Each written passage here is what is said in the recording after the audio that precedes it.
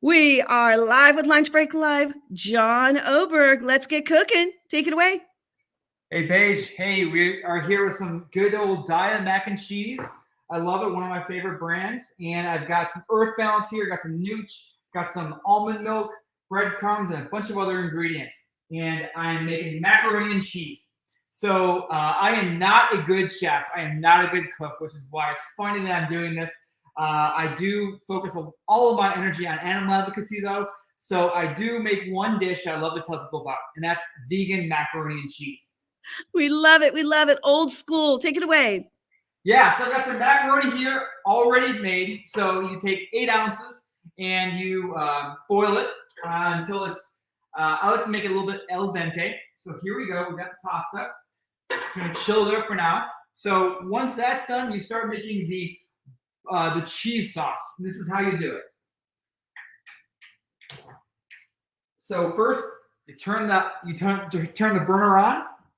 Then you take your Earth Balance, great old school vegan butter, one of my favorites, available at almost every grocery store in the United States. Got it made already here. I melt the butter. So let's get started with that. Butter is melting.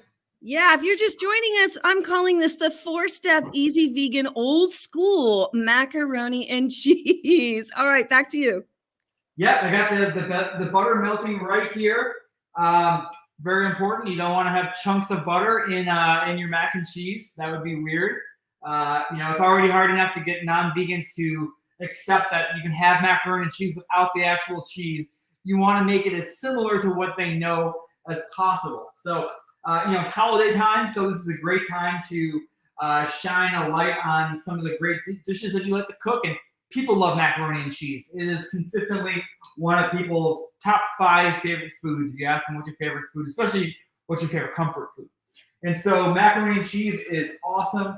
And so this is a recipe that I've been making since I went vegan 12 years ago. So, all right, the butter is melting. So next up, I am going to put the other ingredients in, which is nooch, also known as nutritional yeast flakes. I don't know who gave it that name, but they did a really poor job because nutritional yeast flakes sounds incredibly unappetizing, but nooch, which is what many vegans call it, this is the good stuff. It is very cheesy. It is awesome. And then there's also some salt and some pepper in there. And so you take it and you dump it in and stir it into the melted butter. John is a social media influencer and a pro. He also is an animal advocate, and he really brings that message forward in power. Let me just say, as the communications director for Vegan Outreach, as well as the director for new media at the Human League, you have done some incredible work. Okay, back to the recipe. What do we have next? Next up, also adding the cheese, the Dia cheese. You can also use other bags of vegan cheese as well. There's lots of good brands on the market now. And you've got some almond milk here. Rice milk works as well. You really want a milk that's a little bit on the thinner side.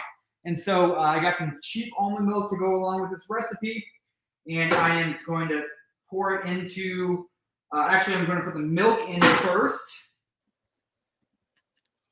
If you're just joining us, we are live with John Oberg, who is making old school mac and cheese. You are going to love it, love it. Stay tuned. Here we go, where he's taking us through step by step. Yeah, macaroni and cheese. We got the almond milk going. We've got the nooch in there, and we've got everybody's favorite, the cheese. The cheese. We're here to show that vegans can eat their cheese and have it too, right? So yes. So here we go. It is all coming together. The almond milk, the Dia cheese, the nooch, the salt, the pepper, all of those important ingredients. And something to throw out there. So if you make this recipe at home, an optional thing that you can add is field roast. Field roast sausages. Love this stuff. This is smoked apple and sage. Of course, totally plant-based. I love this, and it goes really, really well with the mac and cheese. Add some protein. It's really, really awesome stuff. Hey, John, so when you use the field roast, do you cook that up? I know it's already pre-cooked, but how do you warm it? Do you warm it in a pan and then put it in, or how do you do that? Tell us about that process. Well, if you're feeling lazy, you can definitely just cut it up and throw it in there before you bake it. But my preference is to throw it in some pan with some oil and get them a little bit dark. And that's my favorite kind. But since you're already going to heat it up or anyway, it's already pre-cooked, it's definitely an option to just throw it in there directly after you cut them up. We have a question. How much cheese do you actually use? Do you put a couple, like 2 cups full, or what would you say? Great question. So this is, you want to do 1.5 bags of this with 8 ounces of pasta. Those are the 2 ingredients that really matter. Of course, 2 cups of almond milk as well, and 3 tablespoons of butter. So, feel free to write this stuff down, but this is what you want to use. So when you go to the grocery store and you're prepping, grab 2 bags of Diet cheese or other brands of cheese. And also, I know it's pronounced Daya, but I've been saying Daya since 2009 when I went vegan, and I just cannot get it out of my head to say it the correct way, which is Daya. But this is good stuff. Hey, John, is there any way you can bring the pan over so we can see the melting process? It's always kind of fun, step by step. Look at this. Here we go. It is not entirely melted yet, which is why you can still see it, but it is on its way. So beautiful stuff here. Beautiful stuff. If you like macaroni and cheese, of course. If you don't, then I'm not sure why you're watching this. They're watching it because you're so entertaining. Oh, yeah, sure. Yeah. Okay, thanks for having me on here, too. This is great to be able to talk about, my love for this one dish and my love for animals and animal advocacy and using social media to create a better world for animals. Love that we're all doing this together. Absolutely. We are creating this together. We're changing the world. Speaking of, I got to tell you, on the Advocacy Collaborator, you have a couple of really cool mastering programs. You talk about mastering Instagram as well as mastering Twitter. Is that right? Yes. So while I may not be a master chef, I do focus all of my energy on advocacy in the social media space, and I've been doing that for close to a decade now. And so I've used my years and years of expertise running the social media for 2 major animal advocacy organizations, and now for the last 3 years being independent social media animal advocate. I've taken all of that energy and knowledge, and I've put them into 2 full online courses that I've created alongside Advocacy Collaborative. The first course is called Mastering Twitter to Change the World. The second course is Mastering Instagram to Change the World. So each course is fully online, self-guided, and has amazing, amazing content for advocates to get their social media game to be improved and to take their game to the next level, to get more followers, to get more likes and comments and engagement on your posts, and to most importantly, make as big of an impact for animals as you possibly can by utilizing social media. Oh my goodness, everybody. You taking notes? Well, guess what? You can always watch this again and again and again and again. So we're going to be having this recipe available to you, plus the links to how you can engage with John. But in the meantime, head over to Instagram at John Oberg. John, so now you're adding in the cooked pasta right in there. Just added in the cooked pasta. So this is how it looks. And keep in mind, too, that you are going to bake this at the end. And so if the cheese isn't entirely melted or exactly where you want it to be, that's okay, because it's going to get some heat in the oven. Okay, I love it. Now, John, speaking of vegan cheeses, what are some of the other ones that you love? Oh, I love them all. Well, the vast majority of them I love. Follow Your Heart is awesome. I've been a big fan of theirs since they really entered the dairy-free game a number of years ago. Miyoko's, love Miyoko's. Miyoko's is, of course, a bit on the fancier side of things. They got some really nice fancy cheese wheels. Can't tell you how many people I've had or ran into that are just amazed by what Miyoko's has to offer. And now there's so many other brands coming up. I live in Richmond, Virginia, and here in Richmond, Virginia, there's actually a company called Unmoo, and they sell their own vegan cheese to businesses in and around Richmond, and it is next level stuff. Took that to a party a few months ago full of non-vegans, and they were just blown away. The cheese melted perfectly. It tasted amazing. Unmu is really, really amazing. And for every Unmu out there, there's lots and lots of others that are just blowing the game up, the vegan cheese game up. Food technology and the progress that we've made in creating plant-based foods that everybody wants to eat, including non-vegans, the progress has just been sky high in recent years. And I'm so excited about the future of vegan eating. Okay, can we see that again? Because we love seeing the step by step. Yes. Little higher. Oh, come on, everybody. Mouth watering and drippy, juicy, gooey. So I think we're at the point now, Paige, where we can take this and we can put it into our 8x8 casserole dish. How does that sound? Love it, love it, love it. Yes. Okay. Sounds delicious. Cool. So here we got our casserole dish. The next stage is baking, of course. The baking is actually going to be happening after we go offline. So, but I am going to do the step right before that, which is taking it from the pan, putting it in the casserole dish, and then adding breadcrumbs and paprika. So just doing a little bit of extra stirring at the end here to make sure we get it all good. Love it, love it, love it. Look at this, everybody. Now, have you ever added any vegetables to this particular recipe? What, do you think I'm healthy or something? No.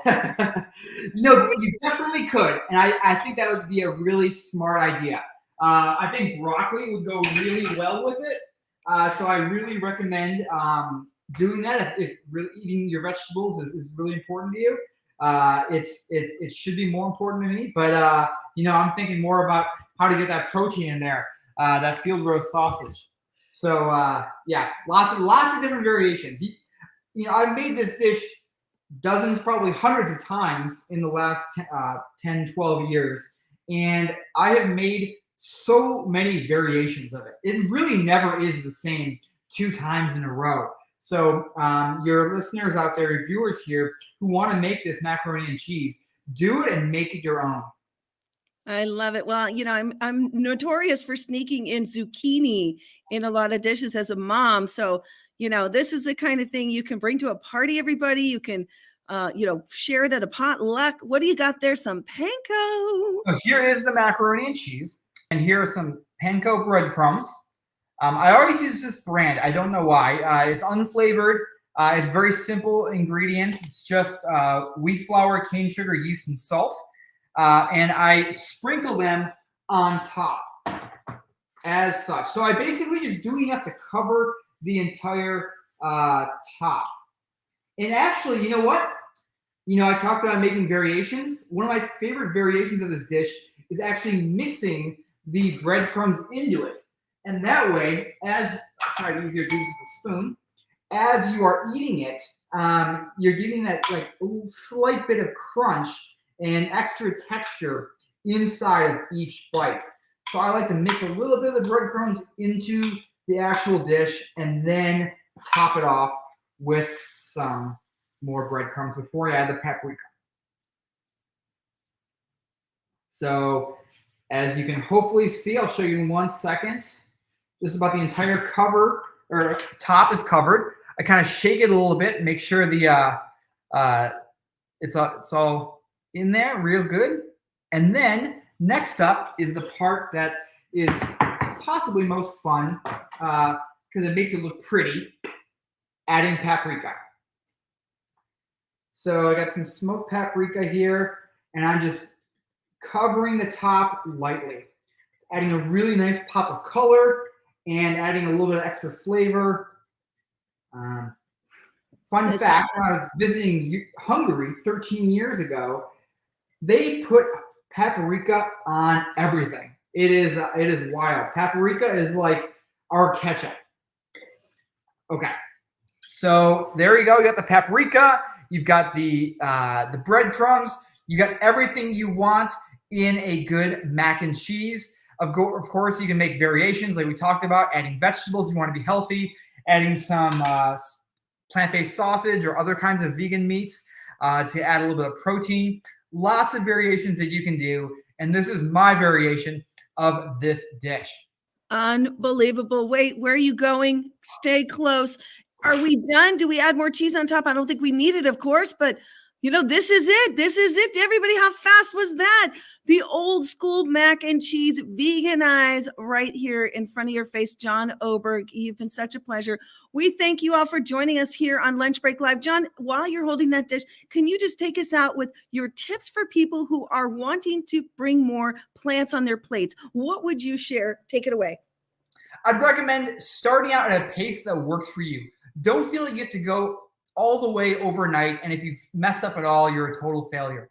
I recommend easing into it by trying plant-based dishes whenever possible.